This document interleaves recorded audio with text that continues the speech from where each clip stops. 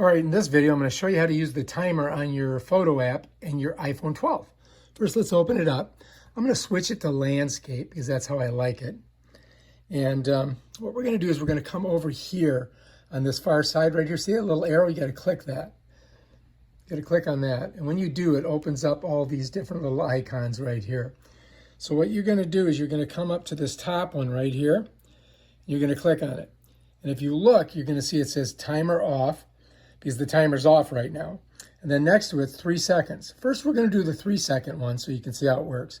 So I'm going to click on 3 seconds. Now I'm going to pull it back, and I'm just going to go ahead and take a picture. You're going to notice it's counting down. Bam, it took the picture. So now what we're going to do is we're going to go back in, and we're going to change it to 10 seconds. All right, here we go.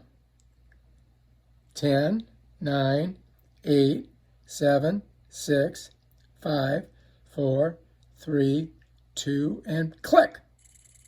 Just took the picture. And if we look here, we can see the picture that we took, and that's that.